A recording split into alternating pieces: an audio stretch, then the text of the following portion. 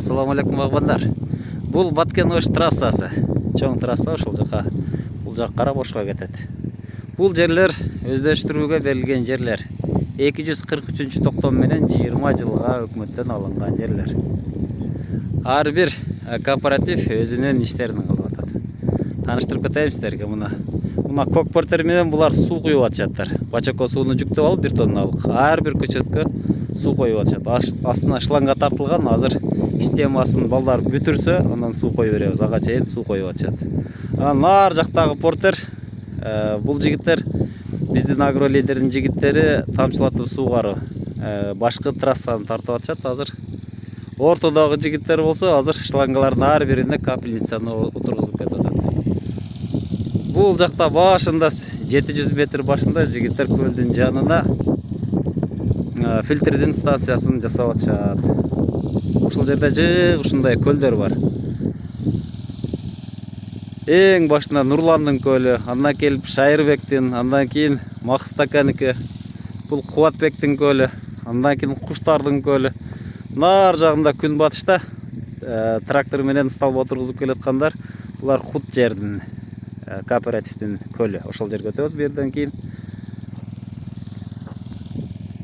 Ар бир команда өзүнүн ишин кылып атат ушундай. Бул жерлер буюрса какыраган тала бак болот. Өткөндө сиздер көргөн жер, жердин астынан суу чыгаргандар бул жерди бүтүп, ал жака өтүп кетишти. Азыр эми бул жерде жигиттерибиз көл жасап атышат. Кийин мына келген, астынан сала турган геотекстилибиз келген. Азыр капталдарын отургузуш үчүн ушундай суу чачкычтары менен чачып атат. Спринклер азыр капталганына отургузуп атат. Бул жерде суу жок, негизи калоо бар, жердин астынан сууду чыгарып, анан бак кылган атышат. Сиздерге дайыма көрсөтүп келген Толук экен жери бул жакта. Анын багы уже бак болуп калды. Буюрса кийинки жылга ушул жер наркы бактардай болуп бак болуп калат. Мына жолдун нарагы Өзбекстан.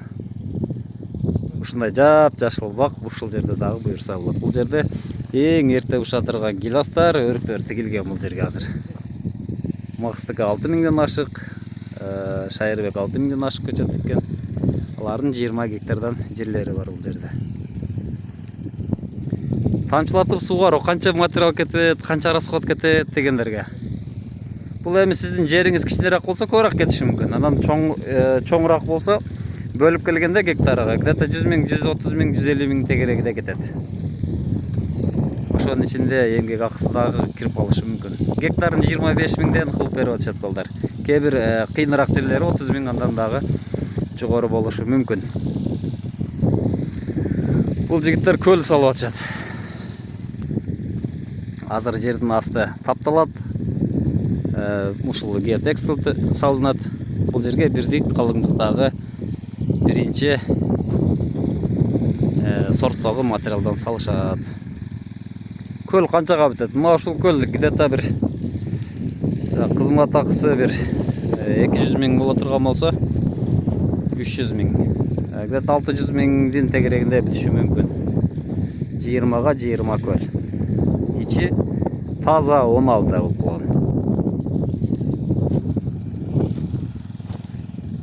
Азыр жердин астынан суу чыгып атат. 130 метр жердин астынан суу чыгарылды. Азыр ушинтип спринклер суугарып жатат. Погода сонун, аба ырайы. Кечээки күндөн бери кичине жамгыр жаап, күн салкындап калды. Калоо болсо туугандар, кычырың кышта кар күйөт. Эгер сиздерде да ушундай калоо болсо, жер болсо, демек ушундай жерге инвестиция жасап бак кылсаңыздар болот. Тоонун астында Тыныбек. Эң алыста жогоруда ошол киши. Эрге көл салган, көчөт тиккен. Ортодогу улуг экелер кийинки жылга баштайт окшойт. Быйыл эми сүрөт этпей калды. Ушундай туугандар, көлгө канча расход кетет дей турган болсоңуздар, эч канча кетпейт. Бул жерге 1000 тонналык көл болот.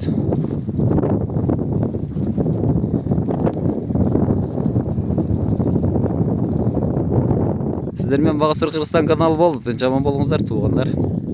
кызмат керек болсо кайрыласыздар.